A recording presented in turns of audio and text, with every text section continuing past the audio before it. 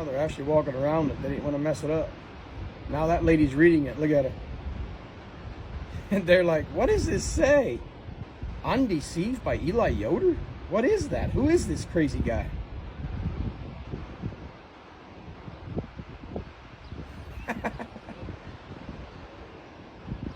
They probably never heard of that crazy ex-Amish.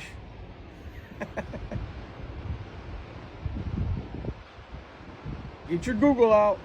Google undeceived and you'll find out real quick. Oh, they're on their phone. Look at that. They're actually on their phone.